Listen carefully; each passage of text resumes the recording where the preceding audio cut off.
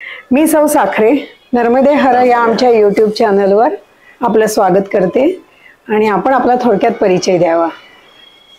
नर्मदे हर, मी प्रकाश महाराज जाधव। मी राहायला मावळ तालुक्यामध्ये कारला या गावी आहे आणि 2 वर्षापूर्वी पिंपरी चिंचवड महानगरपालिकेतून मी सेवानिवृत्त झालो। पाणी पुरवठा विभागामध्ये मी काम करत होतो।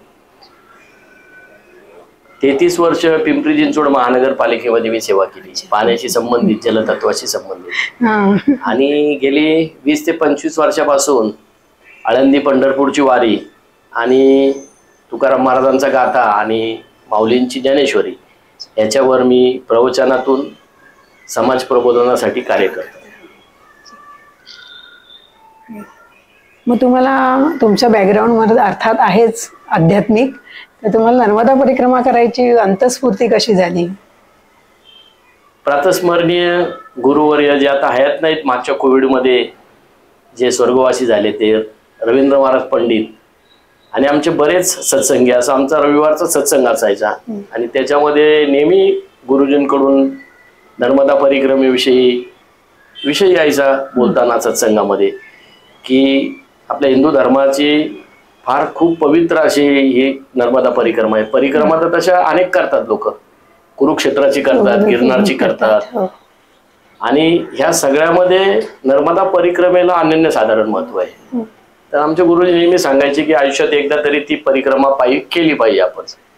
आणि मग मी जेव्हा ऑफिसला जायचो, पाणी पुरवठा विभाग असल्यामुळे मला 3ही शिफ्टमध्ये ड्युट्या असायच्या आणि जेव्हा रात्री मी ड्युटीला जायचो तेव्हा एक शेगावचे एक मित्र होते माझे, भागवत आनासुने, जे परिक्रमेला माझ्या बरोबर निघाले, पण मैयाची इच्छा असेल की ते मागे राहिले आणि परिक्रमेमध्ये पहिल्याच दिवशी मी त्यांना सोडून पुढे गेलो। तर ते भागवत आनासुने ते सुद्धा खूप मोठे साधक आहेत आणि ते नेहमी आम्ही रात्रपाळीमध्ये असलं की नर्मदा परिक्रमेविषयी बोलायचे। ही परिक्रमा काय आहे, कशी केली पाहिजे, त्याचं फलित काय आहे, आपण केली तर आपल्याला काय त्याच्यापासून लाभ आहे, आणि त्या विषयावर चर्चा झाली की मग ती वेगवेगळी पुस्तकं, ग्रंथ आम्ही जमा करायचं। कुणी आता नवीन परिक्रमा करून आलेले आहे की त्यांना लगेच जाऊन भेटायचं, तुमचा अनुभव काय आहे, आणि ह्यातनं एक मनामध्ये एक थिंगी जागृत झाली की आता आपल्याला पण हे नर्मदा परिक्रमा करायचीच, पायी परिक्रमा करायची, आणि त्याच्यातून प्रेरणा मिळाली आणि मी नर्मदा परिक्रमेसाठी निघालो। आता तुम्ही कोणत्या वर्षात नर्मदा परिक्रमा केलीत आणि कुठून सुरुवात केलीत? नर्मदा परिक्रमा मी 2010, 20 नोव्हेंबर 2010 ते 8 फेब्रुवारी 2011, म्हणजे मैयानी 78 दिवसामध्येच माझी इच्छा पूर्ण केली। 78 दिवस म्हणजे परिक्रमा करून आल्यानंतर खूप लोकांनी मॅरेथॉन परिक्रमा वगैरे अशी खूप नावं ठेवली, कशाला पळाला, पण मी त्यावेळी पिंपरी चिंचवड महानगरपालिकेत सेवेत होतो आणि मला 100 दिवसाचीच रजा मंजूर झाली होती आणि चालण्याचं काय माहित नव्हतं ना। 3500 किलोमीटर साधारण चालावं लागतं मैयाच्या किनाऱ्याने, एवढं माहित होतं, पण आपल्याला कसं ऍडजस्ट होईल आणि आपण परत ऑफिसला कसं येऊ हा पण विषय डोक्यामध्ये होता। आणि त्यामुळं मैयानी तर 78 दिवसातच बेडा पार केला आणि मला पूर्ण पायी परिक्रमा करून आहे तसं सुखरूप पुन्हा मला माझ्या ठिकाणी आलं। तुम्ही एकट्याने केली का मिसेस पण होती बरोबर? नाही, मी एकटाच होतो। सेवानिवृत्त झाल्यानंतर मिसेसला घेऊन जायचं असं ठरवलंय, पण अजून 2 वर्ष झाली, तो काही योग आला नाही। बघू आता ह्या वर्षी मैयानी आमंत्रण केली तर नक्कीच जाणार मी। पण मी जेव्हा परिक्रमेला गेलो तेव्हा आम्ही 3घे जण होतो, भागवत आनासुने जे शेगावच्या जवळ राहतात खामगावला, आणि एक अतुल खेडकर म्हणून वडगावचे आहेत, ते आम्हाला भेटले अचानक ट्रेन मध्ये आणि आम्ही 3घांनी मिळून ओंकारेश्वरला गेलो आणि चर्चा झाली की त्रिपुरारी पौर्णिमा होती आणि त्याच दिवशी आपल्याला परिक्रमा सुरू करायची असं अगोदरपासून आमचं ठरलं होतं। पण भागवत आनासुने म्हटले की नाही, त्रिपुरारी पौर्णिमेला मला हिथं दिवे सोडायचे मैयामध्ये ओंकारेश्वरी, आणि आम्ही दोघे म्हणलो नाही, आपण पुढे मोरटाक्क्याला जाऊन दिवे सोडू ना। त्याच्यामध्ये आमचं झालं थोडं मागे पुढं आणि अतुल खेडकर आणि मी दोघेच आम्ही परिक्रमेला पुढे निघालो आणि पायी दोघेही 78 दिवस बरोबर होतो। आमच्यात काही चलविचल झाली नाही, वाद झाले नाहीत, नाहीतर होतात चालण्यामध्ये कमी जास्त होतं, आपण भिक्षा मागायला गेलो तर कमी जास्त पण होतो, काही होतो, आणि पण आम्ही 78 दिवस बरोबर राहिलो दोघेही आणि पूर्ण पायी परिक्रमा. पण तुम्ही तर नोकरीत होतात, मग तुम्ही तयारी कशी काय केली? तयारी कारण चालण्याची तयारी करायला पाहिजे आणि शिवाय सामान घेऊन चालण्याची करायला पाहिजे. सांगतो तुम्हाला, वारकरी पिंड असल्यामुळे मी 20-25 वर्षापासून पंढरीची वारी करतो. त्यामुळं मी चालत जायचं पंढरपूर. आणि आता तर 2-3 वर्षापासून मी घरनच पंढरपूरची वारी सुरू करतो. अरे वा. चालतच घरून जातोय पंढरपूरला. हो का. चालण्याची तशी सवय होती, तरी सुद्धा जिथं जलशुद्धीकरण केंद्र आहे, जिथं माझा कामाचा भाग होता, त्याच्या शेजारी दुर्गा टेकडी आहे. ओके. आणि त्या दुर्गा टेकडीवर मी रोज सकाळी संध्याकाळी जसा मला वेळ मिळेल नोकरीतनं तसा मी जायचं, टेकडी चढायचं. पुन्हा सुट्टीच्या दिवशी आमच्याकडे लोगड किल्ला आहे, विसापूर किल्ला आहे, तिथे जाऊन प्रॅक्टिस केली. कारण नुसतं घालून या वारं राहिलो निश्चिंती म्हणून जमत नाही, आपल्याला फिजिकल फिटनेस सुद्धा महत्वाचं आहे. बरोबर आहे. आपण नुसती पुस्तकं वाचून तिथे गेल्यावर ते सगळं आपलं ती फक्त मानसिक तयारी होईल, काहीच नाही उपयोग. प्रत्यक्ष फिजिकल फिटनेस ही गरजेचं आहे. तर मग मी काय करायचं, माझं मळवली डेस्टिनेशन होतं, तिथं उतरून मी कारल्याला जायचं घरी माझ्या. तर मी काही दिवस त्याच्या अलीकडच्या स्टेशनला उतरून चालत माझ्या घरी जायचं. मग काही लोक रस्त्यात भेटायची, यांना काय झालंय, हे असे चालत का निघालेत वगैरे वगैरे चर्चा करायची. मग मी बदललं स्टेशन, मग मी मळवलीच्या पुढे लोणावळ्याला जायचं आणि तिथून पुन्हा चालत यायचं. असं मी माझं प्रॅक्टिस फिजिकल फिटनेस साठी चालू ठेवली. आणि मैयाच्या कृपेने खूप चाललो. 78 दिवस जर विचार केला तर कधी कधी 50-60 किलोमीटर एका दिवशी चाललेलो. आणि मैयानी खूपच चाललात मैयानी चालवलं. आता तुम्ही ओंकारेश्वरूनच घेतली? हो, ओंकारेश्वरवरनं परिक्रमा सुरू केली. ओंकारेश्वरवरनं कटपोर आणि जंगलामधूनच गेलो आम्ही. त्यावेळी लखनगिरी बाबा सुद्धा होते. लखनगिरी बाबा त्याच्या अगोदरच्याच वर्षी आळंदीला आले होते माऊलींच्या समाधीच्या दर्शनाला. आणि आम्हाला अनासुनेला आम्हाला समजलं की लखनगिरी बाबा आलेत. मग आम्ही लगेच ऑफिस मधनं गेलो, लखनगिरी बाबांना भेटलो, दर्शन वगैरे घेतलं. आणि मग ते 2 दिवस तिथे होते. तिघीमध्ये एका बंगल्यात त्यांची व्यवस्था होती. 2 दिवस आम्ही त्यांना सोडलंच नाही, त्यांच्या सेवेमध्ये राहिलो. लखनगिरी बाबांनी पण आम्हाला सांगितलं की तुम्ही या, निश्चित या माझ्या आश्रमावर. आणि त्यावेळी लखनगिरी बाबा होते, त्यांच्या आश्रमावर राहिलो. लखनगिरी बाबांच्या आश्रमात गेलो, तिथं चंद्रकांत पवार म्हणून होते आळंदीचे. ते पण आता तिथेच कुठेतरी आश्रम चालवतात आणि त्यांचं पुस्तक पण लिहिलेलं आहे. आणि त्यांना आम्ही प्रत्यक्ष आळंदीला जाऊन भेटलो होतो. चंद्रकांत महाराज पवार ते तिथे होते. लखनगिरी बाबांची संध्याकाळची मैयाची आरती झाली आणि जनावरांसाठी एक छोटा गोठा बांधलेला होता आणि आमच्यासाठी एक कुटी होती. आणि त्या कुटीमध्ये आमची व्यवस्था होती. लखनगिरी बाबांनी प्रसाद घेऊन आले आरतीचा आणि एक त्यांच्याकडं विजेरी होती, टॉर्च. ती टॉर्च अशी मारत ते आमच्याकडे आले. ते आम्हाला आवाज दिला त्यांनी, महाराजजी बाहेर आव. आणि ती टॉर्च एका ठिकाणी मारली अशी. आम्हाला म्हणलं काय दिसतंय का, तर आम्हाला साधारण असं चककल्यासारखं काहीतरी दिसलं. म्हणलं हा काहीतरी चमकतंय. तर ते म्हणले हो जानवर आहे, म्हणजे बिबट्या तिथे येऊन बसलेला त्या जनावरांवर झडप घालण्यासाठी. आणि त्यांनी तर ती जनावरं सगळी काट्याच्या कुंपणामध्ये आतमध्ये घेतली होती. आणि मी अतुल खेडकर आणि एक संन्याशी होते. एक लाकूड होंडकं जवळ ठेवलेलं होतं दोन्हीचं आणि त्याच्या शेजारी आम्ही बसलो होतो शेकत. काही वेळांनी प्रसाद दिला, बाबांचा सत्संग झाला, बाबा गेले. पण त्यांनी जाताना सांगितलं की हे जानवर आहे, म्हणजे चित्ता आहे, बिबट्या आहे, चित्ता आहे, काहीतरी वाघ आहे तिथे. नंतर आम्ही महाप्रसाद झाल्यानंतर मी तर दमलेलो असल्यामुळे झोपलो. पण हे दोघे झोपलेच नाही. रात्री 12-1 वाजता मला जाग आली. मी उठलो तर हे दोघे शेकत बसलेले. मी त्यांना म्हणलं तुम्ही का जागत बसलाय? ते म्हणलं अरे 20 फुटावर जर वाघ असेल, आपल्या बिबट्या बसलेला असेल तर आपण झोपू शकत नाही, कसं झोप येणार? तर मी म्हणलो माझी झोप झाली, तुम्हाला आता झोपायचं असेल तर झोपा, मी जागतो. ते संन्यासी म्हणलं नाही नाही, हम भरोसा नाही करते किसी के ऊपर. ठीक आहे नर्मदे यार, आप बैठे रहो. मी पुन्हा झोपी गेलो. असं लखनगिरी बाबांच्या आश्रमामध्ये आम्हाला छान अनुभव आला होता. दुसऱ्या दिवशी मग त्यांचा एक भैरव नावाचा कुत्रा होता. लखनगिरी बाबा आम्हाला म्हटले की हा कुत्रा तुम्हाला पुढे रस्ता दाखवल. आणि खरोखरच त्या कुत्र्याने जवळजवळ आम्हाला 10-12 किलोमीटर पुढे नेलं. आणि तिथून तो कुत्रा पुन्हा मागे फिरून आला. आणि मग म्हणजे सुरुवातीपासून तुम्ही जे चालायला सुरुवात केली तर तिथे तुम्हाला काही मध्ये मध्ये आश्रम, सत्संग, कोणी साधू संत भेटले का? हो, पुष्कळ ठिकाणी आश्रम भेटले. गुजरातमध्ये भेटले जास्त करून. आणि गुजरातमध्ये सत्संग सुद्धा झाला. गुजरातमध्ये आश्रम पण भेटले. आणि ह्या लखनगिरी बाबा भेटायच्या अगोदरच्या दिवशी जंगलामध्ये लुटला आम्हाला मामांनी. हो हा, मामांनी लुटलं. म्हणजे माझी नवी लुंगी होती ती काढून घेतली. मग मी अंडरवेअर वरच 2.5 दिवस होतो. म्हणजे गुजरातला जाईपर्यंत, म्हणजे सरदार सरोवर, सरदार कॉलनी लागते, त्या कॉलनी पर्यंत जाईपर्यंत माझ्याकडे काहीच नव्हतं, फक्त अंडरवेअर होती. अंडरवेअर वरच मी चाललेलो. आणि तिथे गेल्यानंतर मग सरदार सरोवरच्या तिथे गेल्यानंतर गोरा कॉलनीत आम्हाला एका माणसाने मला लुंगी दिली. आणि मग गुजरातमध्ये गेल्यावर अगदी खूप मैयाविषयी त्या लोकांना भाव आहे. म्हणजे सगळंच, कपडे असतील किंवा खाण्याचे पदार्थ असतील, ते अगदी प्रेमाने देतात आपल्याला सगळे. असं भरूचमध्ये गेलो आम्ही, भरूचमध्ये. आणि आम्ही जेव्हा ओंकारेश्वरवरून निघालो तेव्हा दोघं पण असं एकदम भनंग संन्याशी असं निघालो. म्हणजे निष्कांचन, काहीच एकही रुपया नाही ठेवला, सगळे पैसे संपवले. आम्हाला मोबाईल ठेवला होता का? नाही, मोबाईल खेडकरांकडे होता, माझ्याकडे काहीच नव्हतं मोबाईल वगैरे. एकदम संन्यास उरत, आणि पैसे नाही खिशामध्ये, काय नाही. आणि निघालेलो आम्ही. आणि पलीकडे जेव्हा आम्ही भरूचला गेलो, कटपोर वगैरे पार करून भरूचला जेव्हा गेलो, तेव्हा अगदीच आमच्याकडे कुणीतरी दक्षिणा दिलेली 10-10 रुपये दोघांनाही.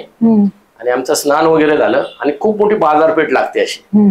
त्या बाजारपेठेत गेले तर आम्हाला वाटलं काय आता 10 रुपयात आपण काहीतरी नाश्ता घेऊन खाऊया. म्हणजे एका हॉटेलमध्ये गेलो आम्ही, आणि समोसे होते वेगवेगळ्या प्रकारचे. आम्ही असं बसलो, प्लेट मागवली, 2 प्लेट समोसा. तो वेटरनी काय आमच्याकडे दुर्लक्ष केलं. आता आमचे अतुल खेडकर होते, ते थोडेसे गरम होते डोक्याने. बोले क्या पैसा दे रहा है हम, जल्दी लाओ.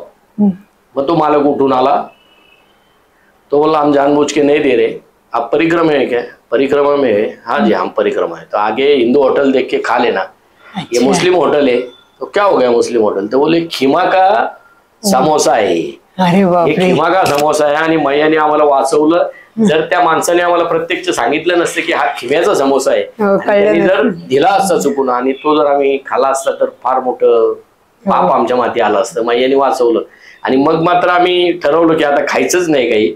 आता मैयाने आपला कान ओढलेला आहे. आम्ही तिथून निघालो तर मग संध्याकाळी आम्हाला कुठेतरी लालबाबाचा आश्रम वगैरे काहीतरी असं लागला. तिथे जाऊन आम्ही संध्याकाळचं भोजन घेतलं. म्हणजे दुपारी काहीच नाही घेतलं. सकाळी असा प्रकार घडल्यानंतर दिवसभर आम्ही उपवास केला आणि संध्याकाळी प्रसाद घेतला. हा एक वेगळाच अनुभव, वेगळा अनुभव.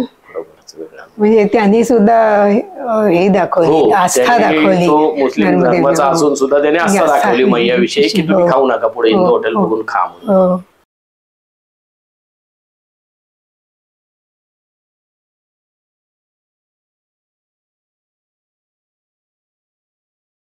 पुढे निघालात तुम्ही, तसं लकडकडचं जंगल, तुम्ही जंगलातूनच गेला? शुलपाणीच्या झाडीतूनच. शुलपाणीच्या झाडीतून गेलो. गोरा कॉलनीत गेल्यानंतर कटपोर नंतर मिठी तलाई, आणि मग पलीकडचा तट सुरू होतो आपला दक्षिण तटावरनं सुद्धा आम्हाला अहिल्याबाई होळकरांचा घाट लागला. सुंदर घाट आहे. आणि तिथं सुद्धा गणपतीचं मंदिर आहे, विठ्ठलाचं मंदिर आहे, छान मंदिरं लागली. त्यानंतर पुढे आल्यानंतर बडवा वगैरे लागतो आपल्याला, चवन आश्रम लागतो, चवन ऋषींचा आश्रम. तुम्ही गेला होतात का चवन आश्रमामध्ये? खूप जण नाही जात, कारण आम्ही गेलो चवन आश्रम मध्ये. तिथे कधी नाही ते गुलबकवलीचं फुल पाहायला भेटलं. आतापर्यंत आपण नुसतं कथेमध्ये ऐकतो की गुलबकवली. पण तो सोनटक्यासारखंच दिसतं ना? हा, सोनटक्यासारखंच दिसतं. पण ते गुलबकवलीच्या फुलाने जर तिथे एक असं सरोवर होतं आणि त्याच्यात गुलबकवलीचं फुल होतं. आणि ते जर घेऊन डोळ्यांचा काही आजार असला आणि ते जर जल डोळ्याला लावलं तर तो आजार तिथला नाहीसा होतो, असं ते संन्यासींनी सांगितलं आम्हाला सगळं. आणि मग चवन आश्रमच्या पुढे गेल्यानंतर थोडं पुन्हा जंगल लागतं.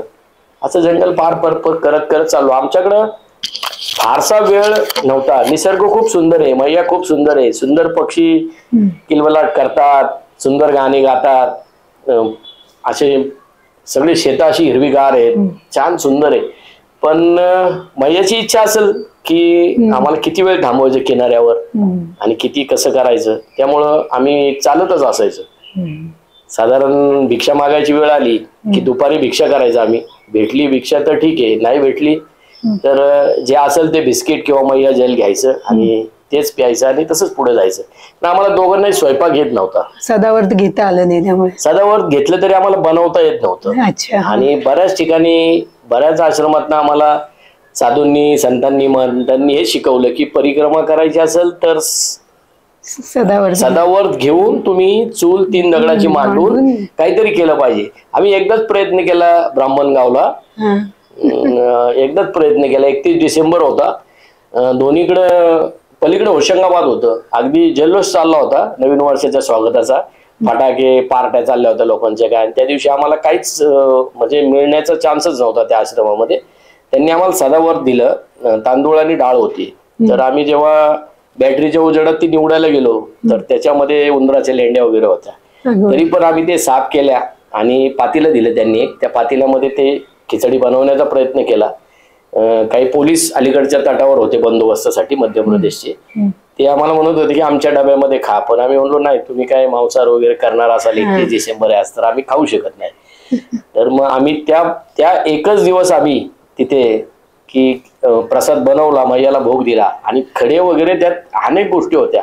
जसं आहे तसं खाल्लं, मैयाचा प्रसाद आहे तसं खाल्लं. तुम्ही चालत असताना असा काही प्रसंग आठवतोय का तुम्हाला की अरे ह्या भेटल्या, ह्या आपल्याला मैया स्वरूपात कोणीतरी भेटलं, मदत केली, किंवा अशी कुठे अडचण आली आणि तुम्ही आर्त स्वरात तिला आळवणी केली आणि कोणाच्या तरी स्वरूपात मैयेने तुम्हाला मार्गस्थ केलं, असा कुठला प्रसंग तुम्हाला? आम्हाला जबलपूर जवळ भेड्याघाट जवळ अशी एक छोटी कन्या भेटली आम्हाला. तिथे एक बुडी मैया म्हणून एक छोटा प्रपात आहे मैयाचा, आणि पुढे जातो भेड्याघाटला आपण. तर भेड्याघाटला काय आपण लांबूनच पाहायचं असतं, आपण परिक्रमेत असल्यामुळे भेड्याघाटला जाऊ शकत नाही. भेड्याघाटला जाऊ शकत नाही त्यामुळं आम्ही लांबूनच पटकन आता समोर भेड्याघाट दिसतोय आणि आपल्याला जायचंय या भ्रमामध्ये चालत होतो. तेवढ्यात ती मुलगी तिथं शेणाच्या गोऱ्या वगैरे अशा बनवत होती, थापत होती. तिने आम्हाला थांबवलं, म्हणले आप परिक्रमा में? तो म्हणला हा जी परिक्रमा में. तो सीधा मत जाना भेड़ाघाट, ये छोटा पहाड़ चढ़ के जाना, ये मैया का प्रपात है या. आता आम्हाला थोडा कंटाळावाणं वाटलं की आता समोर भेड़ाघाट दिसतोय पण पुन्हा टेकडी चढायची खाली उतरायचं. आम्ही म्हणलो ठीक आहे, थोडं रागातच आम्ही गेलो. पण नंतर पुन्हा आलो भेड़ाघाट जवळून आम्ही जबलपूरला गेलो, ग्वारी घाटला आम्ही मुक्काम केला. पण तेव्हा समजलं, त्या तिथले जे स्वामीजी होते त्यांना आम्ही सांगितलं की आज असा असा प्रसंग झाला की आम्हाला एका छोट्या मुलीने रस्ता दाखवला. तर ते म्हणले तुमचं माहित नाही पण बहुतेक मैयाची इच्छा असेल की तुम्ही परिक्रमाचं भंग होऊ नये तुमचा, खंड पडू नये. जेव्हा जबलपूरला आम्ही पोहोचलो, जेव्हा भेड़ाघाटला याला ग्वारी घाटला आम्ही जेव्हा मुक्काम केला जबलपूरला, तेव्हा माझी प्रकृती एकदम खराब झाली होती. कारण मला मुळव्याचा त्रास व्हायला लागला होता. कारण जास्त करून अन्न काय असायचं की तिखट असायचं. तिखट म्हणजे तो कडक पदार्थ आहे, ते लोक अर्धवट ते साधू वगैरे शेकतात विस्तवावर, उलटा पलटा शेकतात. आणि तिखट डाळ हे जास्त मुख्य अन्न आहे तिकडचं, म्हणजे भिक्षेत मिळणार तिखट आणि डाळ. आणि ते खाऊन खाऊन मला त्रास झाला आणि खूप ब्लिडिंग झालं. मग जबलपूरला जेव्हा आम्ही गेलो तेव्हा ते तिथले जे महंत होते ते म्हणले आप पुरे थक गए, हॉस्पिटल में जाओ. आम्ही हॉस्पिटलला गेलो तर डॉक्टरांनी चेकअप वगैरे केलं. ते म्हणले इथं परिक्रमा खंडित करा, तुम्ही जाऊ नका, तुम्हाला एवढं ब्लिडिंग झालं ना, अशक्तपणा आलेला आहे, तुम्ही पुढे चालू शकत नाही, तुम्ही थांबा इथे, हवं तर रेल्वेने जा, कारण तुमच्याकडे मैयाचं जल आहे, इथून रेल्वेने तुम्ही अमरकंटकला जा, जल चढवा आणि पुन्हा तिथून पुण्याला जा तुम्ही. आणि त्यांनी आमच्यासाठी छान तूप टाकलेली खिचडी वगैरे बनवली आणि संध्याकाळी जेवायला दिलं. छान झोपा म्हणले, त्या गोळ्या औषधं घ्या. आणि झोपलो. सकाळी उठले. खूप 2010-11च्या दरम्यान खूप थंडी पडली होती. खर्रा म्हणतात तिकडं, झाडांना पानं सुद्धा राहिली नव्हती, एवढं बर्फासारखं पडलेलं. पिकं खराब झाली होती आणि खूप थंडी होती प्रचंड. पहाटे 4-5 वाजताच जबलपूर पोलीस अनाऊन्स करत होते की परिक्रमावासी कुणी बाहेर येऊ नका, थंडीचा खूप मोठा कडाका आहे. थोडं ऊन आल्यानंतर आम्ही बाहेर गेलो आणि एका टपरीवर चहा पिला. आश्रमात अजून चहा झाला नव्हता. आणि मग समोर मैया दिसत होती. तर मैयाकडे पाहून मी एकदम आर्त तिला साथ घातली की मी सगळं घर संसार नोकरी सोडून आलेलो आहे, तर काही हो, देह जावो अथवा राहो, पांडुरंगे दृढ भाव आपण म्हणतो त्याप्रमाणे मला काही करून ही परिक्रमा करायची पूर्ण पायी, मला शक्ती दे असं मी म्हटलो. काही अश्रू उगळले माझ्या डोळ्यातनं. बरोबर. मैयाला हात जोडले आणि मी आश्रमात पुन्हा आलो. त्या दिवशी रात्री आमचं असं ठरलं होतं की खेडकर पुढे जाणार आणि मी तिथंच थांबणार. ते आश्रमवाले जे महंत होते ते काही पैसे मला देणार होते, तिकीट काढून देणार होते कटनी मार्गे अमरकंटकला जायला, आणि मग तिथून मी परतीचा प्रवास करणार होतो. काय झालं माहित नाही, मैयांनी मला काय प्रेरणा दिली, शक्ती दिली. चहा पिलो आणि आम्ही आलो आतमध्ये. पुन्हा चहाचा कप तयार होता. ते स्वामीजी बोलले चाय पिओ, उनको जाने दो और आप रुको, मैं आपकी व्यवस्था करताय. पण मी माझा जो दंड होता तो उचलला हातामध्ये आणि सॅक पाठीवर लावली आणि खेडकरांना म्हटलो चला निघायचं आपल्याला, काही होऊ द्या. आणि जी शक्ती मला आली, मैयांनी एकदम शक्ती दिली मला, आणि मी पुन्हा त्या आजाराचं नावच नाही काढलं. परिक्रमा पूर्ण होऊन आलो पण मी पूर्ण त्या आजाराचं नाव सुद्धा घेतलं नाही, आणि मला त्रास पण नाही झाला. पुढे पुढे जाऊन मी काही जेवणाची पण पथ्य पाळली, सॉफ्ट जेवढं घेता येईल तेवढं घेतलं. नाही काही मिळालं तर मैया जल पिऊन झोपलो. पण मग अमरकंटकला पोचलो. अमरकंटकला माईका बगिया वगैरे तिथं सगळं फिरून आम्ही जल चढवलं, आणि पुन्हा माई चितळ्यांच्या तिथं आश्रम होता माई चितळ्यांचा. आता नंतर माई चितळे तिथं सेवेला यायच्या पलीकडच्या जंगलामध्ये, अमरकंटक डॅमच्या दक्षिण तटावर. हा, दक्षिण तटावर तिथे एक, आता ते आठवत नाही मला, छोटा आश्रमच आहे. तिथं ती सेवा होती आणि तिथे आम्ही राहिलो. तिथे राहिलो तर काही लोक तिथनं बसने दिंडोरीला निघालेले, म्हणजे मध्य प्रदेशचे खूप लोक तिथून बस भरून भरून दिंडोरीला जात होत्या. हा, तिथून जवळजवळ आपल्याला 5-6 दिवस लागतात दिंडोरीला यायला. पण असे बरेच लोक दिंडोरीला चालले होते. आम्ही म्हणलो आपली तब्येत बरी नसली तरी आपल्याला जायचं नाहीये. आम्ही त्या आश्रमामध्ये राहिलो, आणि मग दुसऱ्या दिवशी पुन्हा जंगलातनं चालायला सुरुवात केली. बऱ्यापैकी जंगल आहे पुन्हा तिथं. माकडांच्या टोळ्या वगैरे त्रास देतात आपल्याला. येतात ते सॅक असल्यामुळे पाठीमागे येतात, त्यांना वाटतं काय खायचे पदार्थ वगैरे असतील, पण आपल्या हातामध्ये दंड असल्यामुळे ते काय जवळ येत नाहीत आपल्या. आणि असं प्रवास करत करत पुढे निघालो. अच्छा, माई चितळ्यांची भेट झाली तुम्हाला तिथे? हो. आणि तिथे माई चितळ्यांचं म्हणजे कसं आपलं पुणेकरी जेवण मिळालं असेल तुमच्या नाही तब्येतीला? माई चितळे तिथं सेवा देत नव्हत्या माई चितळे, पण माई चितळ्यांचं आम्हाला फोनवर मार्गदर्शन लाभलं. माई चितळे इथेच राहायच्या ना, कोथरूडच्या इथे. आम्ही त्यांना येऊन घरी भेटून गेलो होतो. जायच्या अगोदर त्यांचीच परवानगी घेऊन आम्ही गेलो होतो की आम्ही परिक्रमेला चाललोय.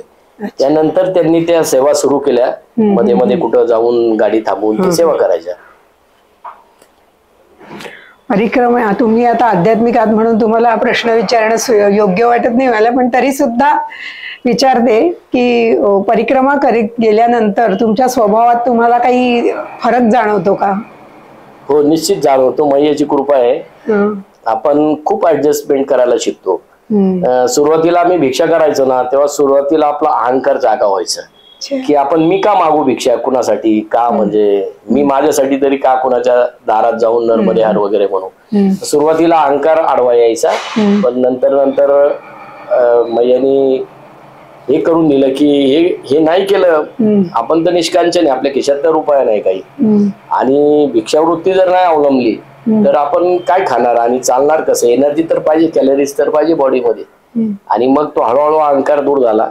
आणि एक पंढरपूरचा वारकरी म्हणून जे पिंड असतो आपला, पंढरपूरच्या वारीमध्ये पण सगळीकडे ऍडजस्टमेंटच आहे. कुठेही झोपावं लागतं आपल्याला, काय असं गादी किंवा फरशीची येईल असं काय नाही. शेतामध्ये, माळरानावर, कुठे मंदिरामध्ये पाऊस येतो, चिखल होतो, अनेक अडचणी असतात.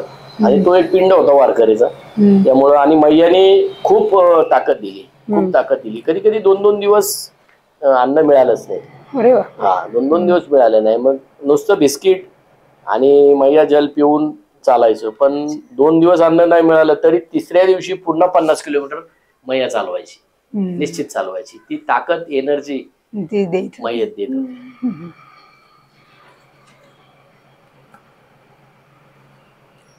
तर ज्यांना परिक्रमा करायची असेल त्यांच्यासाठी तुम्ही काही त्यांना स्फूर्ती येण्यासाठी किंवा मार्गदर्शनपर असं काही सांगू शकता का? मैयाच्या, नर्मदा मैयाच्या परिक्रमेविषयी खूप व्हिडिओ, खूप पुस्तकं, PDF द्वारे नकाशे, अनेक गोष्टी आलेल्या आहेत. पण आपण हिती जी प्रॅक्टिस करतो चालण्याची तिथे किंवा काही काही ते तिथे जाऊन वेगळंच चित्र असतं समोर.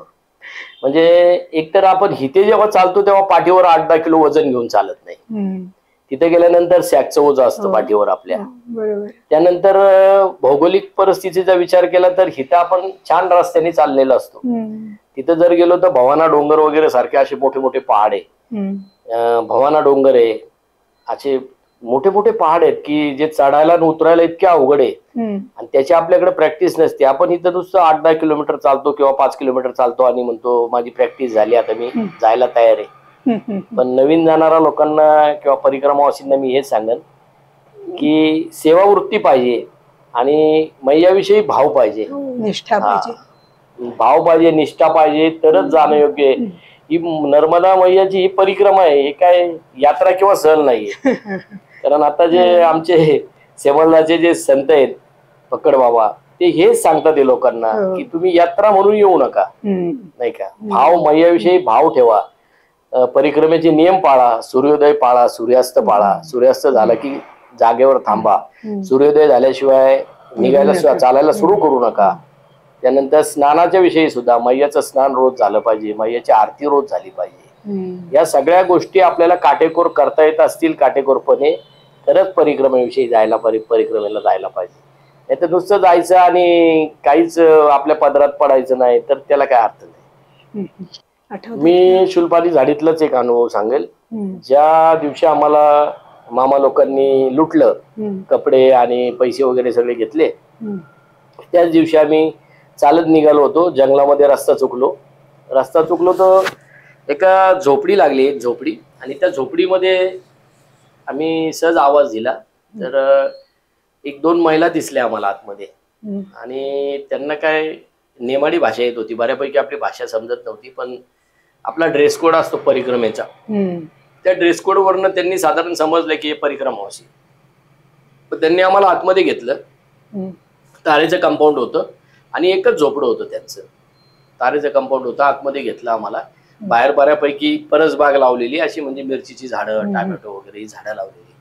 आतमध्ये घेतलं तर मामा लोकांच्या घराची रचना बहुतेक अशी असते, 2-3 अशा पडव्या असतात. त्या पहिल्या पडवीत जनावरं असतात, दुसऱ्या पडवीत मामाची खाट असते झोपायची, तिसऱ्या पडवीत त्यांचं किचन किंवा महिला वर्ग, अशी ती रचना असते घराची. तर आम्हाला त्या जनावरांच्या गोठ्याच्या तिथेच दोघांना जागा दिली. आणि मैया त्यांची ज्या मैयाने आम्हाला आतमध्ये घेतलं होतं ती आतल्या बाजूला गेली. अंधार पडला थोड्या वेळाने आणि काहीच हालचाल नाही. मिनमिनता दिवा आणि ते लाकडाचा ओंडका जाळून ठेवलेला. हे बहुतेक ठिकाणी मंदिरात असू किंवा गावात असू बहुतेक ठिकाणी लाकडाचा ओंडका लावून ठेवतात, कारण जंगली श्वापदाचा त्रास होऊ नये म्हणून. आम्ही शेकत बसलेलो होतो. काही वेळाने एकादशी होती त्या दिवशी, मला चांगलं आठवतं, एकादशी होती त्या दिवशी.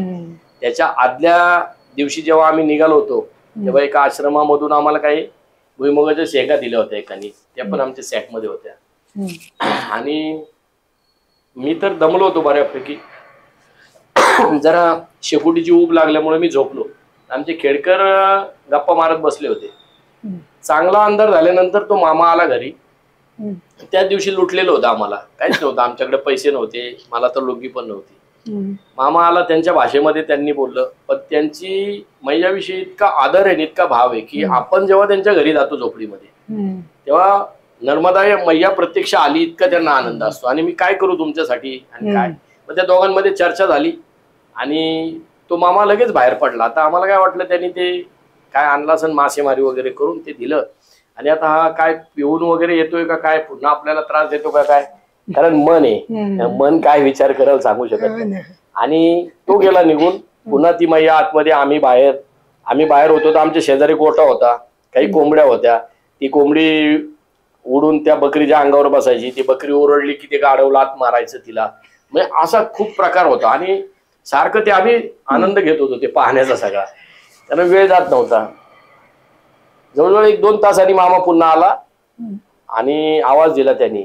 तर तो मामा तिथून 5 ते 6 किलोमीटर चालून दुसऱ्या गावामध्ये गेला. त्या घरामध्ये त्या दिवशी काहीच नाही, अन्नाचा कण सुद्धा नव्हता. अरे बापरे. आणि गाढव होतं, ते गाढविणीचं दूध होतं, ते पिऊन त्या घरातली लहान मुलं वगैरे ती झोपली होती. एक लहान मुलं होतं त्या घरातलं, ते झोपलं होतं आणि त्या घरात अन्नाचा कण नव्हता. त्या मामाने 6 किलोमीटर जाऊन कुणाकडून तरी एका रोटीचं एका भाकरीचं पीठ मागून आणलं आणि ते पीठ मागून आणलं. त्यांच्यामध्ये बोलचाल झाली मामीची त्यांची आणि त्या आवाजाने मी उठलो आणि मी पाहायला लागलो तर एक भाकरीचं पीठ आणि ती भाकरी त्या मामी करायला लागली. तिने ती भाकरी थापली.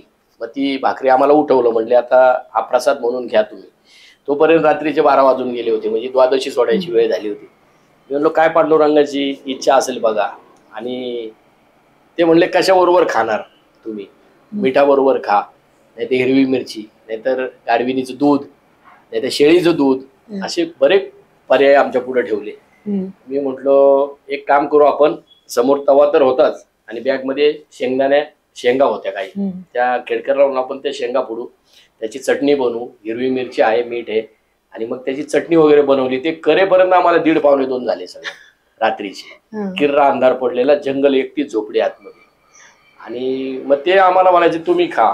म्हणलं एकच भाकरी आहे, ही चतकोर करू आपण, चतकोर करून खाऊ, तुम्ही आमच्या समोर उपाशी नाही झोपायचं. कारण त्यांचा मुलगा पलीकडं गुजरातला काहीतरी काम करत होता आणि तो बोटीने त्या दिवशी येणार होता, पण त्याची येण्याची वेळ 6 वाजेपर्यंतच होती. कारण रात्री जंगली शॉपदा असल्यामुळे 6च्या पुढे कुणी येत नाही, त्यामुळे तो कॅन्सल झाला असेल. तो काही पैसे किंवा रेशन वगैरे घेऊन येणार होता घरच्यांसाठी, आणि अशी सगळी परिस्थिती होती. मग ती चतकोर भाकरी आम्ही वाटून खाली. आणि नर्मदा परिक्रमेतला एक नियम आहे नाही का, एक निरंजन 2 सुखी, 3 में खटपट 4 दुखी. 4 दुखी म्हणले, पण तिथं 4 जणांनी आम्ही आनंद वाटून घेतला. आणि ती चतकोर भाकरी आणि शेंगदाण्याची चटणी जी खाली ना, तिची आवीट गोडी आयुष्यामध्ये अजून 5 स्टार हॉटेलमध्ये सुद्धा मिळाली नाही. जेवणाचा योग आला पुष्कळ ठिकाणी, पण चतकोरच भाकरी आणि शेंगदाण्याची चटणी आम्ही आनंदाने खाली. आणि पहाटे झोपी गेलो. सकाळी उठून शेळीच्या दुधाचा चहा घेतला आणि पुढे प्रस्थान केलं. तुम्हाला कुठे संधी मिळाली का सेवा करण्याची वगैरे? हो, मी तिथून आल्यानंतर विचार केला की आपण तर काहीच घेऊन गेलेलो नाही, निष्कांचने, पण आपल्याला 78 दिवस मैयाच्या किनाऱ्यावर सांभाळलं, मैयानी सांभाळलं, काही साधू संतांनी सांभाळलं, काही घरामध्ये इतकं म्हणजे दातृत्व वृत्ती आहे त्यांची की घरामध्ये काही नसताना सुद्धा ते अर्धी चतकोर का होईना भाकरी आपल्याला करून द्यायची. 6 किलोमीटर वरनं पीठ आणायचं. मग आपल्याला काय करता येईल त्यांच्यासाठी या माध्यमातून आमचे चिंचवडचे नाना भिसे आहेत किंवा धनंजय नाईक आहेत, यांच्या माध्यमातून त्यांनी सुरुवातीला माई चितळे आहेत, त्यांनी जसे आश्रम सुरू केले, मध्ये मध्ये सेवा द्यायला सुरुवात केली. आणि सगळ्यात जास्त महत्वाचं म्हणजे मोरटक्क्याला श्री भक्तराज महाराज आश्रमामध्ये नाना घळसाची, ते आता तिथून सेवानिवृत्ती घेतली त्यांनी, आता ते घरी गेलेत गावी, त्यांच्या वय झालं त्यामुळं. मग आम्ही असं पती पत्नीने ठरवलं की आता दरवर्षी आपल्याला कुठेतरी सेवेला जायचं. आणि त्या वर्षापासून आम्ही दरवर्षी कुठल्याही आश्रमामध्ये जिथे आम्हाला वाटेल त्या आश्रमामध्ये जाऊन स्वतः सेवा करतो. आणि काही आश्रमासाठी आपल्याला जर काय देता आलं, आर्थिक मदत, कारण मी जे भगवद्गीता आणि गाथा ज्ञानेश्वरी याच्यावर जे प्रवचन करतो, त्या प्रवचनाच्या माध्यमातून काही मला मानधन मिळतं. ते मानधन मी आश्रमामध्ये पाठवतो.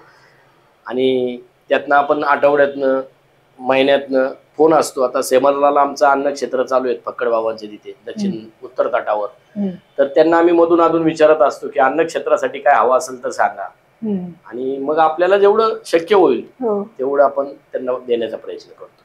किनाऱ्याने जाताना हिरापूरच्या जवळ असंच एक गावामध्ये 2-3 वाड्या वस्त्यांचं गाव होतं. मी पहिल्या वाडीवर थांबायचा प्रयत्न केला, ते म्हणले पुढच्या वस्तीवर जा. पुढच्या वस्तीवर थांबायचा प्रयत्न केला, ते म्हणले इथे काय परिक्रमावासींची काय सेवा वगैरे होत नाही, पुढच्या ठिकाणी जा. तर पुढच्या ठिकाणी आम्ही गेलो तर एक 4-5च घरांचं वस्ती होती तिथे. आणि एक शाळा होती, एक 4-5 खोल्यांची शाळा होती आणि तिचा ओरंडा होता बाहेर असा. आम्ही काय केलं, म्हणलो आता गावात नाही व्यवस्था होत, काही मिळालं तर बघू, नाही तर आपण बोरवेल होती तिथं पाणी वगैरे घेतलं आणि त्या शाळेच्या वरांड्यामध्येच आम्ही आसन लावलं. पलीकडच्या कोपऱ्यामध्ये एक संन्यासी बाबा होते, त्यांना प्रचंड खोकल्याचा त्रास होत होता. ते तिकडे खोकत होते, आम्ही इकडे मैयाची आरती वगैरे केली. आणि शेजारून रस्ता होता गावात जायचा हिरापूरच्या जवळ. आणि मग आम्ही त्या रस्त्यावर बसलो गप्पा मारत खेडकरांनी. एक शेतकरी तिकडनं आला, ते मक्याचं कणसाचं ओझं होतं त्याच्या खांद्यावर. तो थांबला आवर्जून आमच्या जवळ आणि म्हटलं परिक्रमावासी आहे का? म्हणलं हो परिक्रमावासी आहे. ते म्हणे खाने का बंदोबस्त है क्या कुछ? म्हणलं कुछ नाही, हम तो ऐसे ही बैठे, आओ मेरे घर में आओ. मग नाव वगैरे सांगितलं त्यांनी. मग रात्री आम्ही गेलो. रात्री गेलो, जेवण वगैरे केलं त्याच्याकडं. पण त्याला माहित नव्हतं की आम्ही कुठे राहिलो. रस्त्यावर बसले असल्यामुळे त्याला माहित नाही की आम्ही त्या शाळेच्या वरांड्यात झोपलोय. त्याला वाटलं हे कुठं मंदिरात असतील किंवा कुणाच्या घरी थांबलेले असतील. तर म्हटलं सकाळी पुन्हा या चहा प्यायला. आम्ही म्हटलं ठीक आहे. आम्ही रात्री गेलो, झोपलो. रात्री मध्यरात्री तो जो संन्यासी बाबा होता आमच्या समोरच्या बाजूला, तो तिथं गायब झाला. संन्यासी बाबा सकाळी जेव्हा आम्ही उठलो, सकाळी जेव्हा स्नान करायला उठलो बोरवेलवर, तेव्हा ती संन्यासी बाबा तिथं नव्हती. तर आम्ही म्हणलो काय रात्री चालण्याची सवय असते, काय न गेले असतील एखाद्या वेळेस रात्री.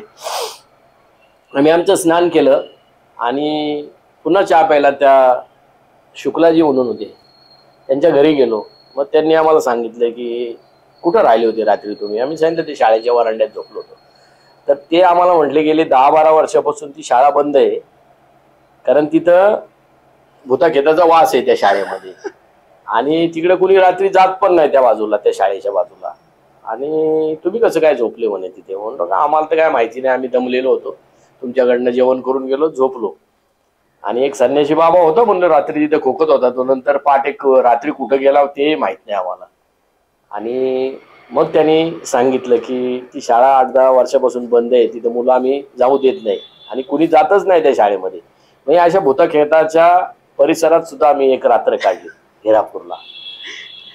अश्वत्थामा वगैरे भेटला का तुम्हाला काही? नाही नाही, हे सगळ्या कल्पना आहे. आता अश्वत्थामा भेटायचं असेल तर तेवढ्या थोडीचं साधक पण पाहिजे, आपली साधनाही तेवढी पाहिजे. आणि मला एक कळत नाही की जी नर्मदा परिक्रमा सुरू कुणी केली? मार्कंडेय ऋषींनी. असं कुणी कधी म्हणलंय का तुम्हाला मार्कंडेय ऋषी कुठे सूक्ष्मदेहाने भेटले का? नाही भेटले. जो तो विचारतो त्या अश्वत्थामा भेटले. आता त्या अश्वत्थामाचं प्रारब्ध घेऊन तो फिरतोय नर्मदा खंडामध्ये, फिरतोय तो बिचारा. पण तो त्याचं प्रारब्ध घेऊन फिरतोय. तर आपण चांगल्या गोष्टीचा विचार करू. आपण जर पुन्हा परिक्रमेला गेलो तर असं म्हणू की मला मार्कंडेय ऋषी जर भेटले, त्यांनी जर मला दर्शन दिलं, किंवा मला शंकराचार्य भेटले, मला गौडपादाचार्य भेटले, किंवा बरेच महाराज आहेत की लखनगिरी बाबा आहेत, त्यांचं दर्शन व्हावं परिक्रमेमध्ये, किंवा बरेच महाराज आहेत ना ज्यांनी देह ठेवला. नर्मदा परिक्रमेत सेवा करता करता देह ठेवलेत, त्यांचं दर्शन व्हावं अशी इच्छा आहे. लोक काय आलं की पहिला प्रश्न तोच असतो, अश्वत्थाम्याचं दर्शन झालं का? तर नाही, आम्हाला अश्वत्थाम्याचं दर्शन झालं नाही. परिक्रमेमध्ये त्याचा उल्लेखही कुठे आम्ही केला नाही आणि आलाय पण नाही. आपण परिक्रमा करून आल्यानंतर पुस्तक लिहिलंयत ना? हो. हे पुस्तकाच्या मागची कल्पना अशी आहे की रोज लाईट असो किंवा नसो, एक डायरी होती बरोबर. त्या डायरीमध्ये मी रोज नोंदी करायचा की किती किलोमीटर चाललो, कुठल्या आश्रमामध्ये राहिलो, त्या आश्रमामध्ये काही व्यवस्था झाली नाही झाली, आणि हे सगळं नोट करून ठेवलं होतं. आणि माझे मामा मुंबईला राहतात, ते सिद्धास्त कवी होते. हा, दशरथ तिके म्हणून छान कविता लिहायचे, बालकवी होते, लहान मुलांसाठी कविता लिहायचे. त्यांची खूप इच्छा होती की हे पुस्तक रूपाने प्रकाशित व्हावं हे अनुभव. आणि ते जेव्हा शेवटचे क्षणी होते, म्हणजे शेवटचे श्वास घेत होते, त्यावेळी मी त्यांना आश्वासन दिलं होतं. तोपर्यंत मी ती डायरी तशीच ठेवली होती की हे पुस्तक काय प्रकाशित करायचं नाही, आपल्याला काय लौकिकासाठी काय करायचं नाही. पण त्यांची अशी इच्छा होती की जे नोकरीमध्ये आहेत, ज्या लोकांना वाटतं की मी नोकरीत आहे पण मला नर्मदा परिक्रमा करायची, मला किती दिवसाची सुट्टी मिळेल, मला जाणं होईल का नाही, मला चालणं होईल का नाही, ह्या लोकांसाठी म्हणून तू हे प्रकाशित कर. आणि मग मी त्यांना शब्द दिला होता, म्हणून हे पुस्तक प्रकाशित झालं. आणि ह्या पुस्तक प्रकाशित करण्यासाठी माझे मेवणे भरत दिघे, ते डेक्कन कॉलेजला, ते आता सेवानिवृत्त झाले, डेक्कन कॉलेजला आर्किओलॉजी डिपार्टमेंटला ते नोकरी करतात. आणि सुबोध शिरवाळकर त्यांचा मित्र, त्यांनी ह्या पुस्तकासाठी आम्हाला खूप मदत केली. हे मुखपृष्ठ सुद्धा हे त्यांनी काढलेले, मुखपृष्ठ मैयाचं. आणि मग त्यांच्या मित्रांनी सगळ्यांनी ती उचल खाल्ली की तुम्ही फक्त हस्तलिखित द्या.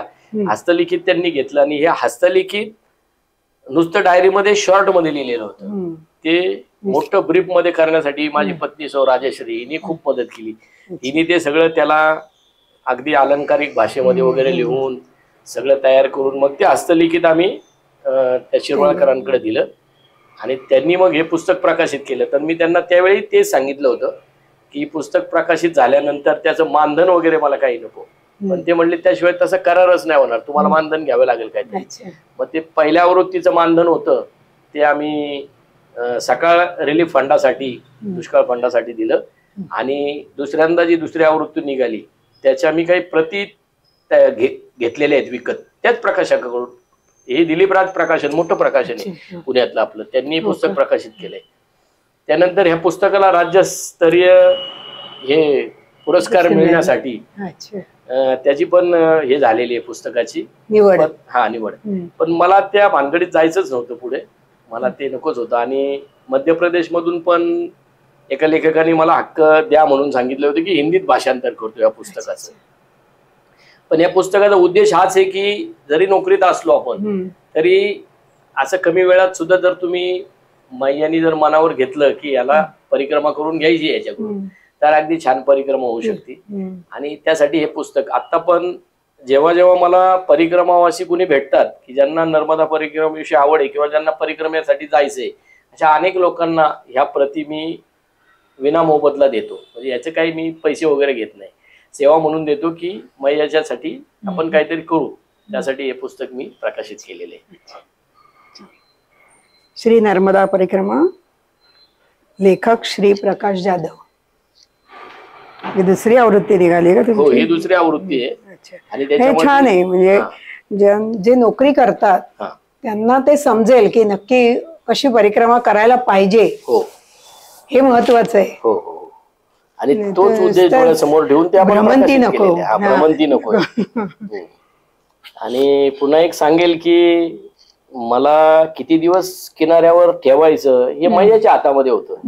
आता काय मॅरेथॉन परिक्रमा म्हटले किंवा काही म्हटलं तर ते आपल्या हातात तिथं काहीच नसतं, आपण काहीच ठरवत नाही. सकाळी उठल्यापासूनचा दिवस संध्याकाळी सूर्यास्त होईपर्यंत ती मैया ठरवते जेवण मिळणार का नाही, नाश्ता मिळणार का नाही. एक वेळ पंढरपूरच्या वारीमध्ये सगळं ठरलेलं असतं शेड्यूल की आज कुठून कुठं चालायचंय, दुपारी आपलं जेवण कुठे, नाश्ता कुठे, चहा कुठे, थांबायचं असतं, विश्रांती असती. पण मैयाच्या पायी परिक्रमेत हे काही ठरलेलं नसतं. रस्ता ठरलेला नसतो, जेवण ठरलेलं नसतो, काहीच ठरलेलं नसतं. हे सगळं तिच्यावर असतं. म्हणून संत उक्तीप्रमाणे म्हणायचं, घालून या भार राहिलो निश्चिंती. तिच्यावर भार घालायचा आणि निश्चिंत राहायचं. सगळी व्यवस्था ती करते, परिक्रमा करून येते. तुमची सेवा जलतत्वाच्या निगडीत झाली, त्याच्याबद्दल काही अनुभव आहे का तुमचा वेगळा असा? हो, नक्कीच आहे. कारण हे पंचमहाभूताचं शरीर, पंचमहातत्वाचं सगळं जग, पृथ्वी, आप, तेज, वायू आणि आकाश, त्यातलं जलतत्व हे फार महत्वाचं आहे. आणि त्याच्याशी निगडीतच मी 33 वर्ष सेवा केली. ज्यावेळी पुस्तक प्रकाशनाची वेळ आली, पुस्तक तयार झालं आणि माझे बॉस कार्यकारी अभियंता होते, ते नंतर शहर अभियंता झाले, प्रवीणजी लडकत. मागच्या वर्षीच पती पत्नीने त्यांनी परिक्रमा केली. अरे वा. तर त्यांनी मला सांगितलं की आपण आपल्या कमिशनर साहेबांना पुस्तक प्रकाशन सोहळ्यासाठी बोलवू. मी म्हटलं कसं शक्य आहे, कारण ते सगळ्यात डॅशिंग ऑफिसर श्रीकर परदेशी ते आता पंतप्रधानांच्या कार्यालयामध्ये आहेत. हो का? हो, दिल्लीला. श्रीकर परदेशी खूप डॅशिंग ऑफिसर, पण ते चांगल्या लोकांसाठी चांगलेच होते, जे काम नाही करणार त्यांच्यासाठी असतील ते. तर त्यांना आम्ही आमंत्रित केलं आणि ते आले. पण त्यांनी त्यांच्या भाषणामध्ये सांगितलं की जलतत्व हे सगळीकडे सारखंच आहे. तुम्ही मैया प्रति जो भाव ठेवता तोच भाव इथं पवने प्रति ठेवा. कारण पवना डॅमवरच आम्ही काम करायचं ना. 470 MLD पाणी घ्यायचं, ते स्वच्छ करायचं, शहराला पाणी पुरवायचं. जो भाव तुमचा मैयाच्या विषयी आहे तोच पवना मैया विषयी असावा, तोच इंद्रायणी मैया विषयी असावा. आपल्या परिसरातल्या ज्या नद्या आहेत त्या कशा स्वच्छ राहतील, जलप्रदूषण कसं थांबल त्याचा प्रयत्न करा. आणि मग त्यांचं ऐकून आम्ही खरंच लगेचच पुढच्या वर्षी पवना नदीची परिक्रमा केली. मी पेपरला अनाऊन्स केलं की कुणाला इच्छा असेल तर या. तर मधुकर संत म्हणून ज्यांनी आमच्या वेळेसच परिक्रमा केली प्राधिकरणातले, ते त्यांचे भाऊ भागवत अनासुने आणि माझा एक ओंकार पटेकर, माझा एक भाचा होता. असे बरेच आम्ही 10-12 जण एकत्र आलो आणि सगळे पवना परिक्रमेला गेलो. तेच अनुभव, तसेच अनुभव पवना परिक्रमेत आले. मग पवना परिक्रमेत रोज रात्री आम्ही जिथं मुक्कामी थांबल हम्म. त्या मुक्कामी मग शाळेमध्ये असेल किंवा कॉलेज असेल तर त्या विद्यार्थ्यांना आम्ही गोळा करायचं, गावकऱ्यांना गोळा करायचं आणि हे जलतत्वाची माहिती द्यायची की प्रदूषण थांबवा. हा, प्रबोधन केलं थोडक्यात. प्रबोधन केलं की पाण्याचं प्रदूषण थांबवा, हम्म. पाण्यामध्ये घाण टाकू नका, कपडे धुवू नका, हम्म. गाया म्हशी धुवायला नेऊ नका, पाणी बाहेर घेऊन वापरा तुम्ही, कारण हेच पाणी पुढे पिंपरी चिंचवड शहराला जातं आणि पिण्यासाठी वापरतात. त्यानंतर त्याच्या 2 वर्षांनी इंद्रायणी नदीची सुद्धा परिक्रमा केली. अरे वा. हो, इंद्रायणी नदीची परिक्रमा केली. तिचा उगम लोणावळ्याला कुरवंडे म्हणून गाव आहे, तिथं डोंगरावर इंद्रेश्वरांनी प्रत्यक्ष येऊन इंद्रायणीचा नदी प्रवाहित केलेली. ते इंद्राचं मंदिर आहे इंद्रेश्वर म्हणून, तिथे हो का? मंदिर आहे एक वर. अच्छा अच्छा. हा, आणि तिथून ती प्रवाहित झालेली आहे. काही ठिकाणी गुप्त आहे आणि नंतर खाली येऊन भुशी डॅम मधून ती इंद्रायणी प्रवाहित होते. इंद्रायणीची परिक्रमा केली. हम्म. आणि हे सगळं करत असताना जलतत्वाशी रोजच निगडीत, म्हणजे ऑफिसला गेलं की पाण्याशी निगडीतच आयुष्य असायचं की पाणी आणि मी, पाणी आणि मी. मग ते कसं चांगलं कसं ठेवता येईल, शहराला स्वच्छ पाणी पुरवठा कसा मिळता येईल, पाणी वाया जाऊ नये यासाठी काय करता येईल, याच्याशी कायम प्रयत्न, कायम प्रामाणिक राहिलो. फार छानच, सुंदरच तुम्ही. आणि असं करून जेव्हा परिक्रमा पूर्ण करून आलो, आम्हाला खडतरच तसे अनुभव आले. कारण आम्ही जाताना काहीच नेलेलं नव्हतं, म्हणजे पैसे वगैरे काही नाही, निष्कांचन गेलो, निष्कांचन आलो. जे भिक्षेमध्ये जे काही मिळाले 5 रुपये 10 रुपये मिळायचे ते आम्ही बिस्किट वगैरे खायचो. आणि मग ओंकारेश्वरला आल्यानंतर 4-5 दिवसानंतरच हे होतं, तिकीट होतं. नाही तिकीट तर आम्हाला अगोदर मुलांनी काढून पाठवलं, अच्छा. पण 4-5 दिवस थांबणे इतके पैसे नव्हते आमच्याकडे. हा. थोडेफार पैसे खेडकरांकडे होते, त्याचं आम्ही ऑनलाईन तिकीट काढलं. अच्छा. हा, गोरखपूर एक्सप्रेस, गोरखपूर दादर एक्सप्रेस होती सुपरफास्ट, त्याचं तिकीट काढलं आणि ते तिकीट ऑनलाईन काढलं आम्ही. आणि खंडवा स्टेशनला आलो. खंडवा स्टेशनला ते तिकीट घेऊन गेलो आणि ट्रेन पहाटे 3:30-4ला काहीतरी ट्रेन होती, त्या ट्रेनमध्ये बसलो. गेल्याबरोबर टीसीने आम्हाला म्हणलं आयडेंटिटी दाखवा, तर आमच्याकडे काही आयडेंटिटी नव्हतं. आम्ही ते परिक्रमेचं कार्ड वगैरे दाखवलं, त्याने ते फेकून दिलं. असं अरे वा. सगळा डबा उठला आमचं ते झालेलं सगळं नाटक बघायला. तो म्हणला तुम्ही भुसावळला उतरून घ्या, नाही तर बेड्या घालाल तुम्हाला, असं तसं. शेवटी खेळकरांनी ते सॅक वगैरे काढली, त्यातनं काही रुपये 2 रुपये 5 रुपये 10 रुपये असे काढून ते आम्ही दंड भरला. मग आमच्याकडं लिटरली 1ही रुपया नव्हता, म्हणजे आम्ही खरोखरच संन्याशी झालो होतो, निष्कांचन. आणि मग नाशिक जवळ आल्यानंतर आमच्या मामाचा मुलगा, तो आता नाही आहे, त्यांनी मला सहज फोन केला की म्हणे महाराज कुठे आहे, तुमची परिक्रमा कुठवर आली. काय मैयाची योग असतील, म्हणजे तीच हे करणार, तीच टाकणार, तीच उचलणार. मी म्हटलं मी नाशिक जवळ आहे आणि कल्याणला आम्ही 11 वाजता पोहोचणार आहे, पण माझ्या खिशात 1 रुपया नाही, आम्ही चहा सुद्धा पिलेलो नाही, असंच बसलोय. तो म्हणला या तुम्ही काळजी करू नका. आणि मग त्यांनी कल्याणला उतरल्यावर आम्हाला चहाच नाही तर जेवायला सुद्धा घातलं, लोणावळ्याचं तिकीट काढून दिलं दोघांना, खेडकरला मला, तो स्वतः आम्हाला पोहोचवायला आला. म्हणजे शेवटचा सुद्धा अनुभव असा आहे. आणि मग जेव्हा आम्ही परिक्रमा करून लोणावळ्यात मी जेव्हा उतरलो, माझं 18 किलो वजन कमी झालं होतं. माझी मुलं आणि काही मित्र मला घ्यायला आले होते, त्यांनी ओळखलं नाही मला. कपडे सगळे फाटलेले, जीर्ण झालेले, दाढी वाढलेली. मग मी त्यांना आवाज दिला, मग ते काठीचा आधार घेऊन मी गेलो. तर मंदिरात गेलो, आमच्या विठ्ठल मंदिरात गेलो गावामध्ये, आणि मंदिरातनं घरी गेलो. तर जाण्याची पार्श्वभूमी सांगतो की जेव्हा मी गेलो तेव्हा आईचं वय 80 वर्ष होतं. आणि गँग्रीनमुळे तिचा एका पायाचा बराचसा भाग कापलेला होता आईचा. हा, तिला सुरुवातीला वाटायचं की जायचं नाही, मग बहिणींनी पण खूप विरोध केला की जाऊ नकोस, आईची अशी परिस्थिती आहे. पण मी म्हटलो काय, मी जरी गेलो तर व्हायचं ते होणारच आहे, मी असलो काय आणि नसलो काय, तिची वेळ आल्यानंतर तिला जायचंच आहे. आणि मग आईने आणि पत्नीनी दोघींनी अगदी 78 दिवस एकमेकाला आधार देऊन त्यांनी, आणि परिक्रमा मी केली, पण प्रत्यक्ष नर्मदा जप करत आईने प्राण सोडला. म्हणजे शेवटच्या क्षणाला ती कोमामध्ये गेली होती. डॉक्टर म्हटले की आता घरी न्या, की काही होणार नाही, तुम्ही घरी न्या. आईला जेव्हा घरी आणली आणि बिछाण्यावर टाकली तर जवळजवळ 48 तास 2 दिवस काहीच कुणाची एक शब्द बोलली नाही. पण जर कुणी येऊन हरवलं तर नर्मदे हार म्हणायची. म्हणजे माझ्या आईने खरोखर नर्मदा जप केला जाताना. मानसिक परिक्रमा झाली थोडक्यात त्यांची. आणि तिच्याच पुण्याचं फळासाठी मी परिक्रमा केली. आणि म्हणून सुद्धा माईनी तुमच्याकडनं लवकर परिक्रमा करून असेल. आणि मग ते झाल्यानंतर कन्यापूजनचा कार्यक्रम ठेवला होता. तेव्हा माई चितळे यांच्या सासूबाई तेव्हा त्या हैदराबादला राहायच्या. हो का? त्या माई तिथून इथे आल्या? भेटायला आल्या होत्या. हो का? माई चितळे त्यांचे मिस्टर आणि त्या म्हाताराम त्या अशा, कारण त्यांचा एक फोटो आहे आईचा आणि माझा त्यांच्या अशा जवळजवळ बसून काढलेला. काही दिवसांनी त्या दोघी मैयाला त्यांनी विलीन झाल्या. पण परिक्रमा मी केली, पण खरोखर परिक्रमा पुण्य, तिने केली. हो, खरंय. नर्मदे हरचा जप करत तिने शेवटचा श्वास घेतला. नर्मदे हर, नर्मदे हर, नर्मदे हर.